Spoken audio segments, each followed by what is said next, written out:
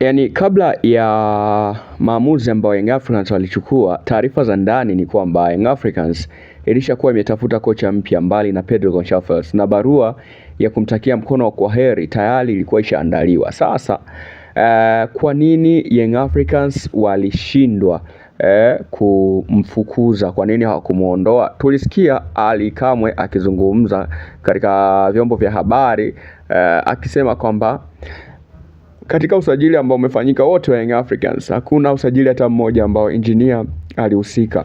Sasa kujiuliza kwamba Young Africans humo ndani kuna nani na nani ambao wanahusika na masuala ya usajili, lakini pia mwenye maamuzi ya mwisho ni nani? Kwa sababu kila ambacho kinafanyika kinatokana na mazungumzo ya viongozi na wanachama kukubaliana pande zote mbili ili kufanya maamuzi. Na kama ni kumuondosha kocha, basi vinakaa leo tuna kikao cha pande zote mbili, upande wa kocha na timu au uongozi wa timu kuweza kufikia hatua nyingine au kufikia hatua ya makubaliano kumuondosha. Lakini inasemekana Young Africans walishakuwa na kocha tayari wakati wameandaa barua ya kumuondosha bwana Pedro Goncalves. Sasa yule kocha bwana alichowajibu kabla, aliwaambia bwana, hapa timu yenu naiona vizuri namna ilivyo.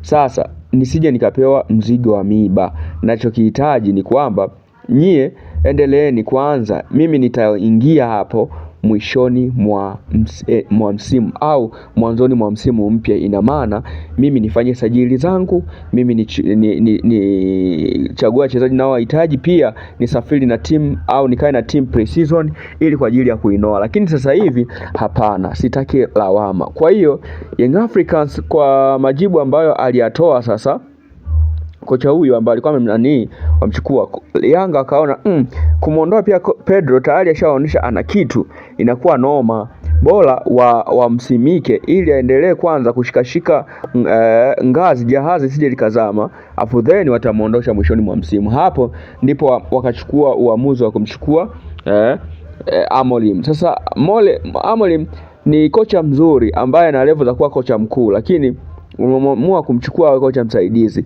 Ina maana Pedro na Amorim wote wana taaluma kubwa sana za kuwa wakuu, lakini sasa wameshawagawanyisha. Ina maana hawa kama wakielewana vizuri, kwa maana Pedro Goncalves akielewana na Amorim, wanatoa kitu kizuri, kwa sababu wote wana idea ya referee na taaluma yao ndio hiyo. Kwa hiyo Pedro sipoleta ubinafsi kwamba yeye ndo mwenye maamuzi ya mwisho, wakawa wanashirikiana kwenye kufanya jambo, Young Africans inaweza kuwa tishio katika mzunguko wa pili. Lakini sasa kinachoendelea kutia mashaka hata kwa Ali Kamwe ni kwamba engineer anakana kwamba usajili wote hata wa kocha yeye hajafanya. Sasa tukijiuliza, Alidi Aucho wakati anaondoka, mbona ilikuwa hata hamna kocha hata mpya hata mmoja mbele kwa sababu Miloud Hamdi aliondoka akaiacha timu ina kocha, Yanga akaanza kufanya sajili Wadumbia, Celestine Ekua, Barakonte mwenyewe alisema siwezi kujiunga Yanga mpaka Aucho aondoke, Yanga akamuondoa Aucho.